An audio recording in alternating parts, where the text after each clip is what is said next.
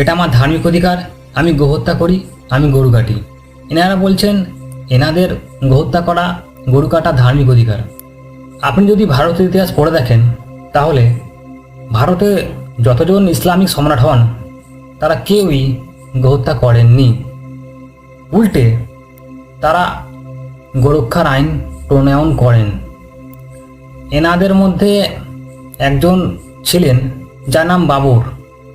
বাবর তার লেখা পুস্তক বাবর নামাতে লিখছেন যে আমার মৃত্যুর পরও গোরক্ষা আইন চালু থাকবে।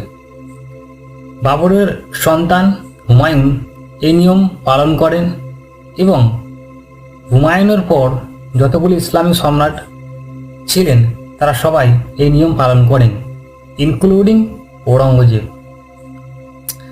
দক্ষিণ ভারতের একজন ইসলামিক সম্রাট ছিলেন